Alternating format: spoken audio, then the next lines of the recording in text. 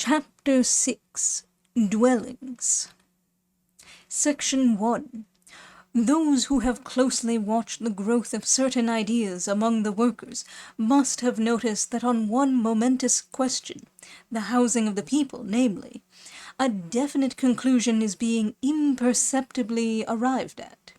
It is a known fact that in the large towns of France, and in many of the smaller ones also, the workers are coming gradually to the conclusion that dwelling houses are in no sense the property of those whom the state recognizes as their owners. This idea has evolved naturally in the minds of the people, and nothing will ever convince them again that the rights of property ought to extend to houses. The house was not built by its owner. It was erected, decorated, and furnished by innumerable workers in the timber yard, the brick field, and the workshop, toiling for dear life at a minimum wage. The money spent by the owner was not the product of his own toil. It was amassed, like all other riches, by paying the workers 2/3 or only a half of what was their due. Moreover, and it is here that the enormity of the whole proceeding becomes most glaring, the house owes its actual value to the profit which the owner can make out of it. Now, this profit results from the fact that his house is built in a town possessing bridges, quays, and fine public buildings, and affording to its inhabitants 1,000 comforts and conveniences unknown in villages. A town well paved, lighted with gas, in regular communication with other towns, and itself a centre of industry, commerce, science, and art. A town which the work of 20 or 30 generations has gone to render habitable, healthy, and beautiful. A house in certain parts of Paris may be valued at thousands of pounds sterling, not because thousands of pounds worth of labour have been expended on that particular house, but because it is in Paris.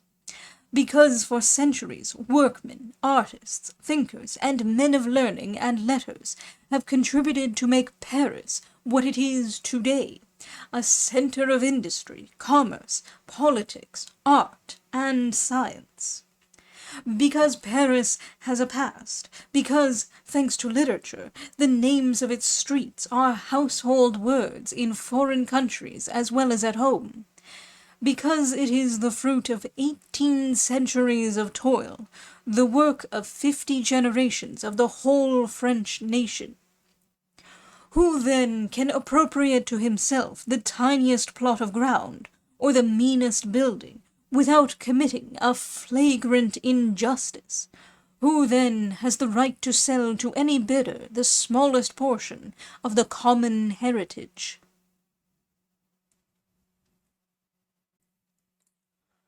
On that point, as we have said, the workers are agreed. The idea of free dwellings showed its existence very plainly during the siege of Paris, when the cry was for an abatement pure and simple of the terms demanded by the landlords. It appeared again during the Commune of 1871, when the Paris workmen expected the communal council to decide boldly on the abolition of rent.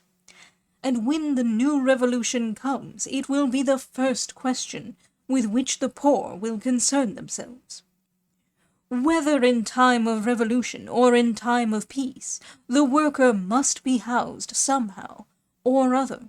He must have some sort of roof over his head. But, however tumble down and squalid your dwelling may be, there is always a landlord who can evict you. True, during the Revolution he cannot find bailiffs and police sergeants to throw your rags and chattels into the street, but who knows what the new government will do tomorrow? Who can say that it will not call in the aid of force again, and set the police pack upon you to hound you out of your hovels? We have seen the Commune proclaim the remission of rents due up to the 1st of April only.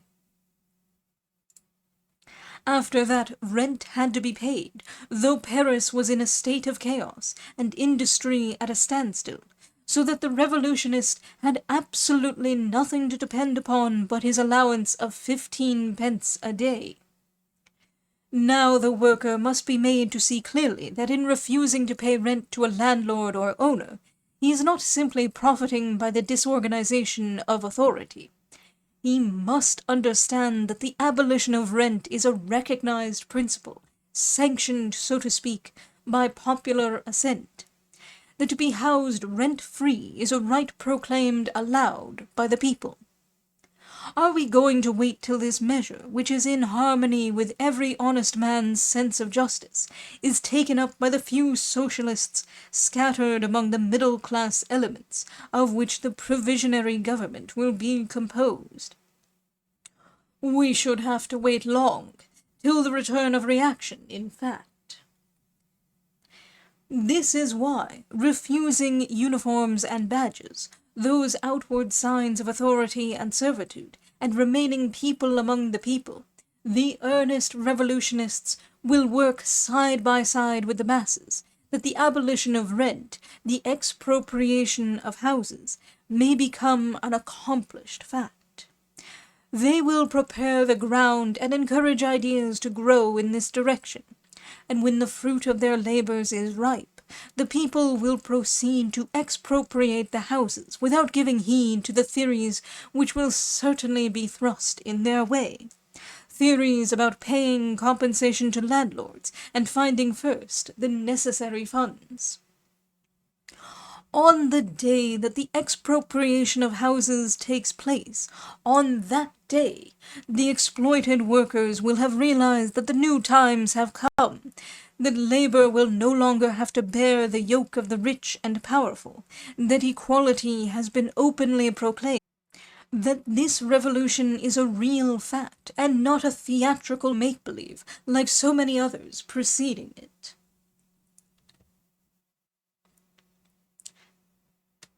Footnote.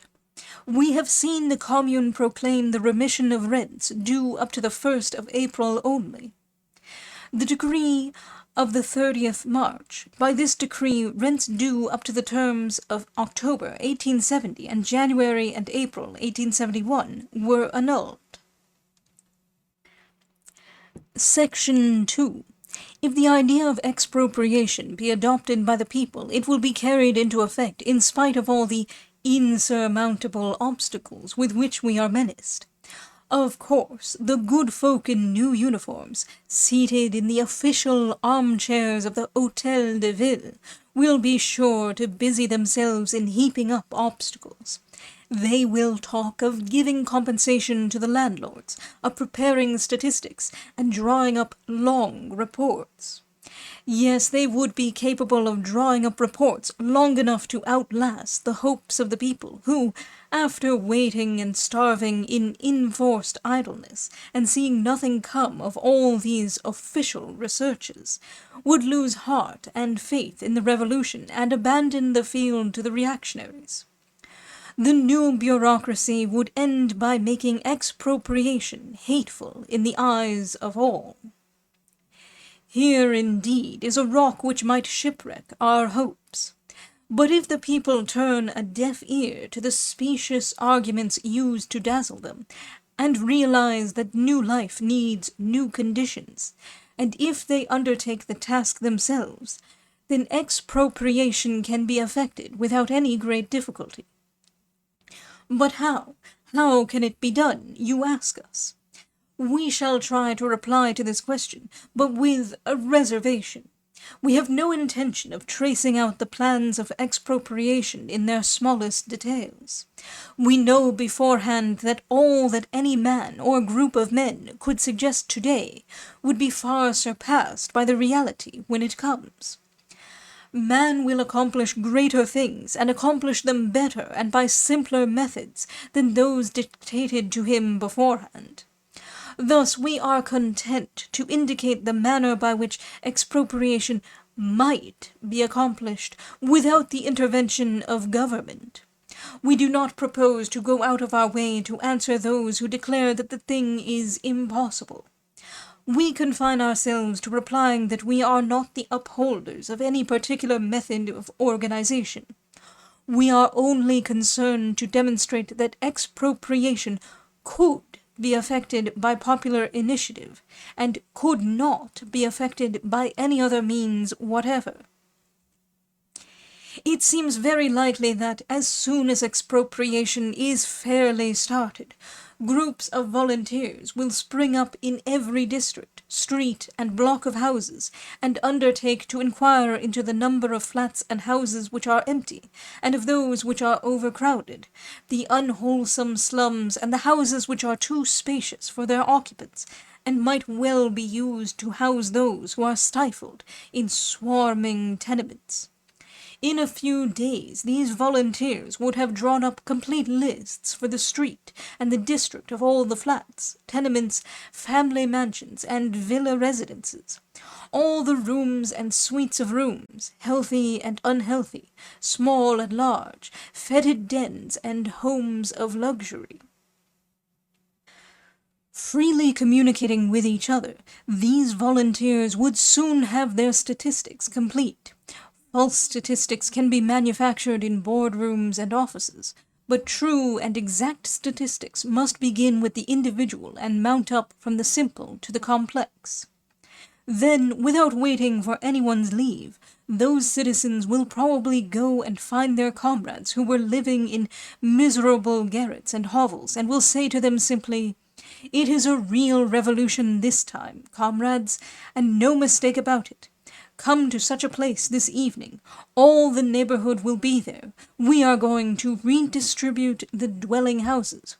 If you are tired of your slum garret, come and choose one of the flats of 5 rooms that are to be disposed of, and when you have once moved in, you shall stay, never fear. The people are up in arms, and he who would venture to evict you will have to answer to them." "But everyone will want a fine house or a spacious flat," we are told. No, you are mistaken. It is not the people's way to clamor for the moon. On the contrary, every time we have seen them set about repairing a wrong, we have been struck by the good sense and instinct for justice which animates the masses. Have we ever known them demand the impossible? Have we ever seen the people of Paris fighting among themselves while waiting for their rations of bread or firewood during the 2 sieges? The patience and resignation which prevailed among them was constantly held up to admiration by the foreign press correspondents. And yet these patient waiters knew full well that the last comers would have to pass the day without food or fire. We do not deny that there are plenty of egotistic instincts in isolated individuals in our societies. We are quite aware of it, but we contend that the very way to revive and nourish these instincts would be to confine such questions as the housing of the people to any board or committee, in fact, to the tender mercies of officialism in any shape or form. Then indeed all the evil passions spring up, and it becomes a case of who is the most influential person on the board. The least inequality causes wranglings and recriminations. If the smallest advantage is given to anyone, a tremendous hue and cry is raised, and not without reason. But if the people themselves, organized by streets, districts, and parishes, undertake to move the inhabitants of the slums into the half-empty dwellings of the middle classes,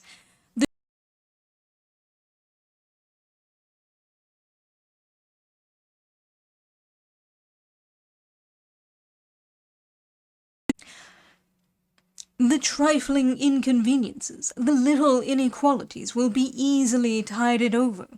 Rarely has appeal been made to the good instincts of the masses, only as a last resort to save the sinking ship in times of revolution, but never has such an appeal been made in vain. The heroism, the self-devotion of the toiler has never failed to respond to it, and thus it will be in the coming revolution. But when all is said and done, some inequalities, some inevitable injustices will remain, There are individuals in our societies whom no great crisis can lift out of the deep ruts of egoism in which they are sunk. The question, however, is not whether there will be injustices or no, but rather how to limit the number of them. Now all history, all the experience of the human race, and all social psychology unite in showing that the best and fairest way is to trust the decision to those whom it concerns most nearly. It is they alone who can consider and allow for the 101 details which must necessarily be overlooked in any merely official redistribution. Section 3. Moreover, it is by no means necessary to make straightway an absolutely equal redistribution of all the dwellings. There will no doubt be some inconveniences at first, but matters will soon be righted in a society which has adopted expropriation. When the masons and carpenters, and all who are concerned in house-building, know that their daily bread is secured to them, they will ask nothing better than to work at their old trades a few hours a day.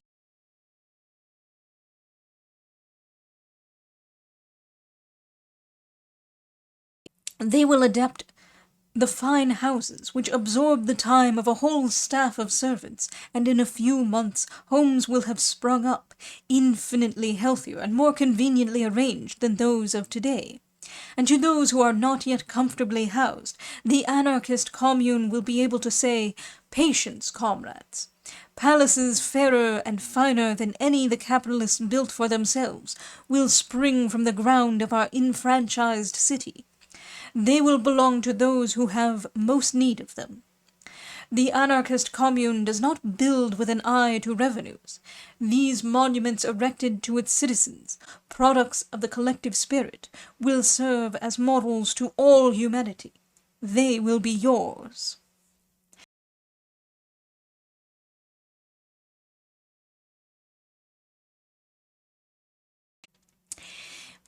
If the people of the Revolution expropriate the houses and proclaim free lodgings, the communalizing of houses and the right of each family into a decent dwelling, then the Revolution will have assumed a communistic character from the first, and started on a course from which it will be by no means easy to turn it. It will have struck a fatal blow at individual property. For the expropriation of dwellings contains in germ the whole social revolution. On the manner of its accomplishment depends the character of all that follows. Either we shall start on a good road leading straight to anarchist communism, or we shall remain sticking in the mud of despotic individualism. It is easy to see the numerous objections, theoretic on the one hand, practical on the other, with which we are sure to be met. As it will be a question of maintaining iniquity at any price, our opponents will of course protest in the name of justice. Is it not a crying shame, they will exclaim, that the people of Paris should take possession of all these fine houses, while the peasants in the country have only tumble-down huts to live in? But do not let us make a mistake. These enthusiasts for justice forget, by a lapse of memory to which they are subject, the crying shame which they themselves are tacitly defending. They forget that in this same city the worker, with his wife and children, suffocates in a noisome garret, while from his window he sees the rich man's palace. They forget that whole generations perish in crowded slums, starving for air and sunlight, and that to redress this injustice ought to be the first task of the Revolution. Do not let these disingenuous protests hold us back. We know that any inequality which may exist between town and country in the early days of the Revolution will be transitory and of a nature to right itself from day to day. For the village will not fail to improve its dwellings as soon as the peasant has ceased to be the beast of burden of the farmer, the merchant, the money-lender, and the state. In order to avoid an accidental and transitory inequality, shall we stay our hand from righting an ancient wrong? The so-called practical objections are not very formidable either. We are bidden to consider the hard case of some poor fellow who by dint of privation has contrived to buy a house just large enough to hold his family, and we are going to deprive him of his hard-earned happiness, to turn him into the street. Certainly not. If his house is only just large enough for his family, by all means let him stay there. Let him work in his little garden too. Our boys will not hinder him. Nay, they will lend him a helping hand, if need be. But suppose he lets lodgings, suppose he has empty rooms in his house, then the people will make the lodger understand that he need not pay his former landlord any more rent. Stay where you are, but rent-free. No more duns and collectors. Socialism has abolished all that. Or again, suppose that the landlord has a score of rooms all to himself, and some poor woman lives nearby with 5 children in one room. In that case, the people would see whether, with some alterations, these empty rooms could not be converted into a suitable home for the poor woman and her 5 children.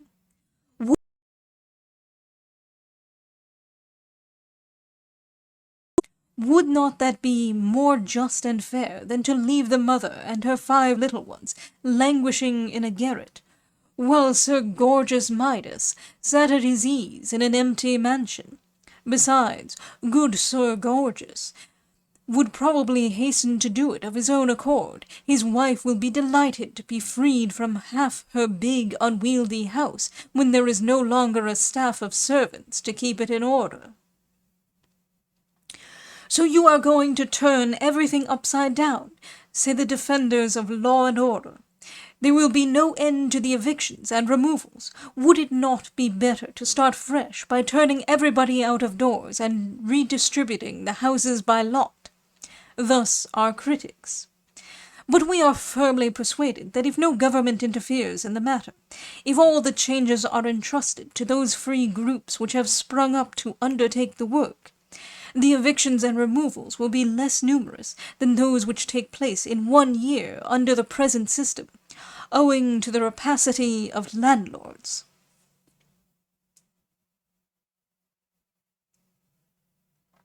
In the first place, there are in all large towns almost enough empty houses and flats to lodge all the inhabitants of the slums. As to the palaces and suites of fine apartments, many working people would not live in them if they could. One could not keep up such houses without a large staff of servants. Their occupants would soon find themselves forced to seek less luxurious dwellings. The fine ladies would find that palaces were not well adapted to self-help in the kitchen. Gradually people would shake down. There would be no need to conduct Dives to a garret at the bayonet's point, or install Lazarus in Dives' palace by the help of an armed escort. People would shake down amicably into the available dwellings with the least possible friction and disturbance. Have we not the example of the village communes redistributing fields and disturbing the owners of the allotments so little that one can only praise the intelligence and good sense of the methods they employ? Fewer fields change hands under the management of the Russian commune than where personal property holds sway, and is for ever carrying its quarrels into courts of law. And are we to believe that the inhabitants of a great European city would be less intelligent and less capable of organization than Russian or Hindu peasants? Moreover, we must not blink the fact that every revolution means a certain disturbance to everyday life, and those who expect this tremendous lift out of the old grooves to be accomplished without so much as jarring the dishes on their dinner tables will find themselves mistaken. It is true that governments can change without disturbing worthy citizens at dinner, but the crimes of society toward those who have nourished and supported it are not to be redressed by any such political slight of parties. Undoubtedly there will be a disturbance, but it must not be of pure destruction. It must be minimized, and again, it is impossible to lay too much stress on this maxim. It will be by addressing ourselves to the interested parties, and not to boards and committees, that we shall best succeed in reducing the sum of inconveniences for everybody. The people commit blunder on blunder when they have to choose by ballot some hare-brained candidate who solicits the honor of representing them, and takes upon himself to know all, to do all, and to organize all. But when they take upon themselves to organize what they know, what touches them directly, they do it better than all the talking shops put together. Is not the Paris Commune an instance in point, and the great dockers' strike? And have we not constant evidence of this fact in every village commune?